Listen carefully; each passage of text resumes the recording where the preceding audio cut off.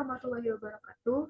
Perkenalkan, nama saya Fitri Khairiyah dengan NIM 22042228 pada mata kuliah Teori Sosial. Pada kesempatan kali ini, saya akan mempresentasikan materi tentang pembangunan masyarakat sipil.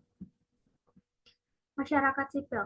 Masyarakat sipil dapat kita artikan sebagai organisasi-organisasi yang dibentuk masyarakat di luar dari pemerintahan dan market bisnis untuk mendukung aspek kehidupan sosial yang menjadi kepentingan umum. Dengan kata lain, masyarakat sipil adalah organisasi yang didirikan secara sukarela berbeda dengan aparat-aparat pemerintah. Masyarakat sipil juga merupakan sebuah ruang organisasi yang tidak terikat dengan pemerintahan dan bersifat independen untuk menjalankan suatu hak dan kewajibannya sesuai dengan tujuan yang telah ditetapkan dan menjadi penyeimbang bagi negara maupun pemerintah. Pembangunan.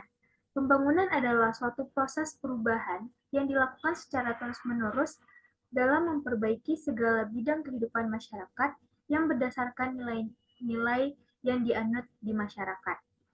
Makna pembangunan dalam frasa pembangunan nasional adalah lebih mengarah pada pembangunan potensi, inisiatif, daya kreasi, dan kepribadian dari setiap masyarakatnya, supaya menuju perubahan sosial yang lebih baik. Pokok pikiran pembangunan tertuju pada cita-cita keadilan sosial. Untuk itu, pembangunan butuh proses dan tahapan terukur. Tahapan itu harus dapat menyentuh berbagai bidang, yaitu pertama, ekonomi sebagai ukuran kemakmuran material. Kedua, tahapan kesejahteraan sosial. Ketiga, tahapan keadilan sosial. Dalam aspek sosial, bukan saja aspirasi masyarakat ikut dipertimbangkan, tetapi juga keberadaan lembaga-lembaga sosial juga ikut dipelihara, bahkan fungsinya ditingkatkan. Peranan masyarakat sipil yang pertama, pengumpulan dan penyebaran informasi. Pengumpulan dan penyebaran informasi tentang peranan masyarakat sipil dalam kepemerintahan dengan melakukan pengumpulan informasi melalui media cetak maupun secara langsung dan juga melakukan penyebaran dengan akun media sosial. Yang kedua, penilaian dan pemantauan lingkungan. Peranan masyarakat sipil dalam kepemerintahan melakukan pemantauan dari berbagai. Dua, penilaian dan pemantauan lingkungan. Peranan masyarakat sipil dalam kepemerintahan melakukan pemantauan dari berbagai sumber informasi, meskipun ada beberapa daerah yang jarang melakukan penelitian lingkungan secara langsung.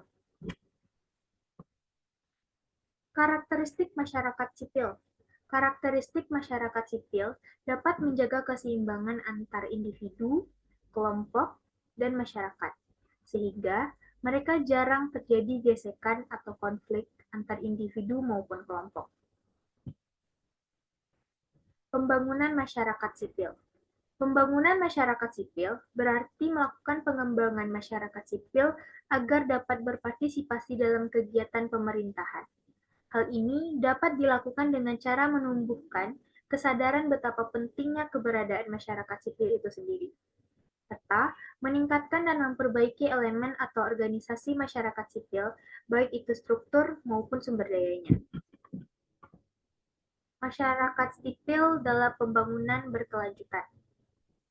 Kesetiaan masyarakat sipil dalam menjaga posisi dan peran penyeimbang dalam kerangka pembangunan berkelanjutan jelas-jelas akan tergantung seberapa besar sumber daya yang dimiliki.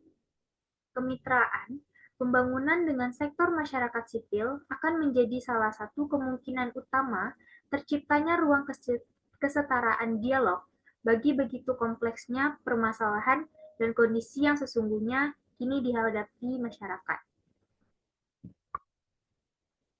Ketika kesadaran atas peran masyarakat sipil dalam pembangunan berkelanjutan mulai berkembang, ternyata ada masalah mendasar pada keberadaan masyarakat sipil itu sendiri, yaitu adanya kesenjangan pendanaan kerja jangka panjang, tidak adanya kapasitas yang memadai untuk menjadi pelaku pembangunan secara komprehensif, lemahnya struktur dan kelembagaan pendukung yang mampu menempatkan masyarakat sipil sebagai mitra pembangunan yang setara, serta minimnya konsolidasi upaya advokasi kebijakan di tingkat lokasi maupun nasional, dan gagapnya masyarakat sipil memakai dan menyiapkan keberlanjutan sosial.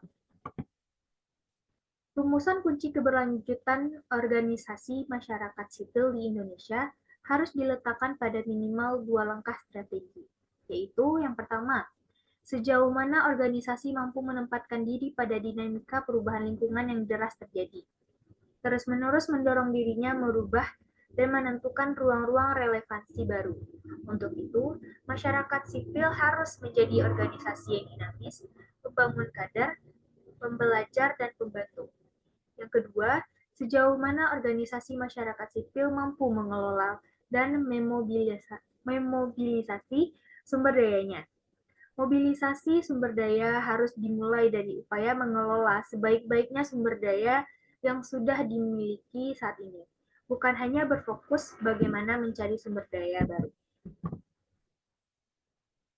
Contoh masyarakat sipil ada 4, yaitu yang pertama, organisasi sosial kemasyarakatan, yang kedua, asosiasi penerbitan, yang ketiga, yayasan penyelenggaraan sekolah swasta, yang keempat, yayasan pembela hak-hak perempuan. Dan masih banyak lagi contoh masyarakat sipil. Sekian hasil presentasi dari saya tentang pembangunan masyarakat sipil. Mohon maaf jika ada salah kata. Saya akhiri dengan Assalamualaikum warahmatullahi wabarakatuh.